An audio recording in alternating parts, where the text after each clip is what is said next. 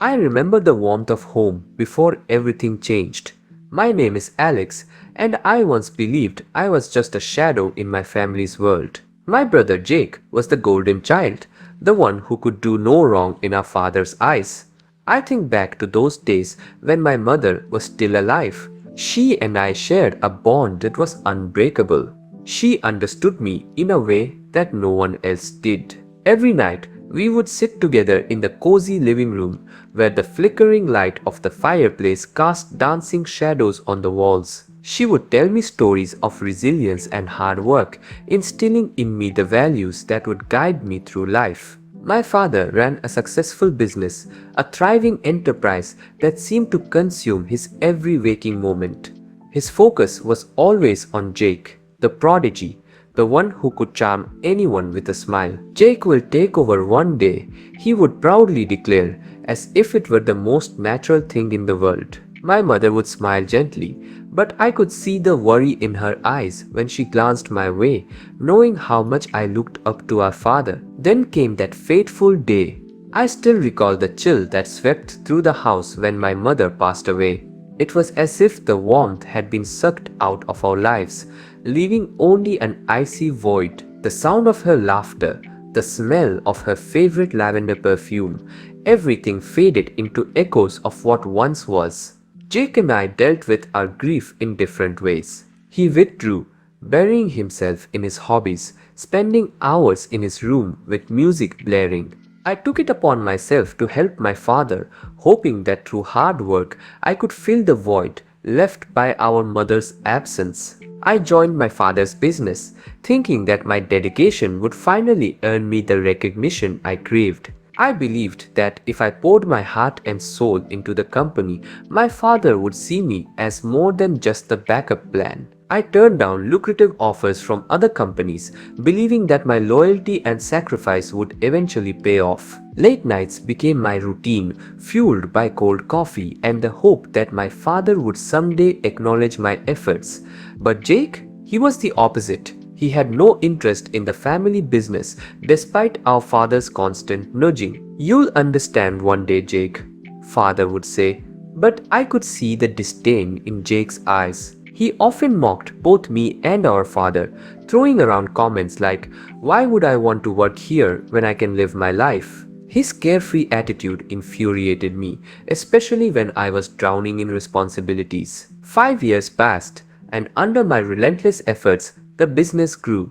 It transformed into a sizable corporation, with contracts and partnerships blooming like flowers in spring. I was proud of what I'd accomplished, but deep down, I was still that boy hoping for my father's approval. Every time I presented a new project, I would scan my father's face, looking for a glimmer of pride or acknowledgement, but it never came. Then, one day, Jake returned. He sauntered in like he owned the place, casually announcing he wanted a position in the company. I was furious. "Why should we hire you? You've done nothing but mock us," I protested, frustration boiling within me. But father, ever the blind supporter, insisted that he deserved a chance. "He's my son too, Alex," father said, a hint of annoyance in his voice. And so, against my better judgment, Jake was hired. It was a disaster. He spent his days lounging around, scrolling through his phone and making snide remarks about how one day I would work for him. I tried to voice my concerns to father, but he shrugged them off, saying, "He'll understand in time. Just give him a chance." Then came the night of the business party, a night that shattered everything I thought I knew about my family. As I stood there proud of what we had built together, my heart swelled with hope. Father announced in front of everyone that he would be handing over the company to Jake. I felt a wave of disbelief wash over me. "What about all the work I've done? I've sacrificed everything for this," I shouted, desperation creeping into my voice, my hands trembling with anger. But father's expression hardened. "I don't want you in this company anymore, Alex. You're fired." The words felt like a slap across the face. I could hardly breathe. Before I could process what was happening, security was dragging me out of the party. The laughter and chatter faded into a haunting silence as I was escorted away from the place I had poured my heart into. As I was being escorted out, I caught a glimpse of Jake's face. He was smiling, a smirk that cut deeper than any knife. In that moment, I felt a surge of anger and betrayal wash over me, left with nothing but my fury and some savings I had managed to set aside. I gathered my closest colleagues, people who believed in me and shared my vision. Together, we started a new company. It felt like rising from the ashes, fueled by the desire for revenge and the hope of proving myself. We worked tirelessly, nights blurring into mornings, chasing deals and building a reputation. Word spread quickly about my new venture. Clients from my father's company remembered the dedication I had shown over the years and they began reaching out. They knew I wouldn't disappoint them. In less than a year, my company began to grow rapidly, and to my surprise, many employees from my father's company left to join me. They were tired of Jake's lack of leadership and his careless attitude. They saw potential in what we were building. Then, one day, Father and Jake visited my office. Their expressions a mix of desperation and anger. They walked in with an air of entitlement, demanding that I shut down my company and return to the family business. I stood there, defiance coursing through me.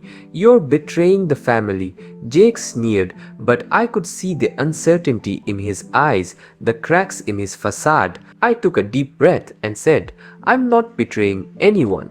I've built something here, and I won't just throw it away because you say so." The shouting escalated, voices rising in frustration. Father's face turned crimson as he yelled, "You've caused losses for my company. You need to come back." I felt my heart pounding as I threatened to call the cops if they didn't leave. The realization that I was standing my ground while they were trying to take everything from me was empowering. With curses and insults flying, they stormed out of my office, leaving me in a whirlwind of emotions. A month later, I heard the news. My father's company was closing down. They had left the city, disappearing into the shadows of their own making. As I sat in my office, surrounded by colleagues who had become my family, I couldn't help but feel a mix of triumph and sadness. I had finally broken free from the shadow of the golden child, but at what cost? I had lost my family in the process.